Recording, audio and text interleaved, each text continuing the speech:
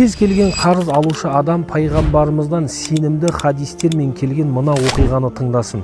Сахил Бұхариде келген хадисте пайғамбарымыз керемет мынадай оқиғаны баяндайды. Бірде бір кісі бір адамнан 1000 динар қарызға ақша сұрайды. Әлгі кісі кепілдікке нені қоясын дейді. Сол кезде кафа биллахи кафила, маған кепілдікке Алла жеткілікті дейді. Кім куәгерлік етеді деген кезде кафа биллахи шахида, куәгерлікке Алла жеткілікті деп әлгі кісіден 1000 динар қарыз ақша алып кетеді. Уәделескен күні, яғни қарызды қайтаратын күні ол теңіздің арғы бетінде болып, кеме таппай қарызын жеткізетін мүмкіндігі болмай қалады. Бұл кезде ол қатты уайымдап бір ағашты алып, ішін ойып, 1000 динарын салып, хат жазып теңізге лақтырады. Я Алла, өзіңді кепілдікке қойып, өзіңді куәгерлікке алып, осы кісіден бүгін қайтарам деп қарызға ақша алған едім деп теңізге лақтырады. Сол күні қарызын күтіп жүрген адам теңізде отын үшін әлгі ағашты үйіне алып келіп, араласа 1000 динарын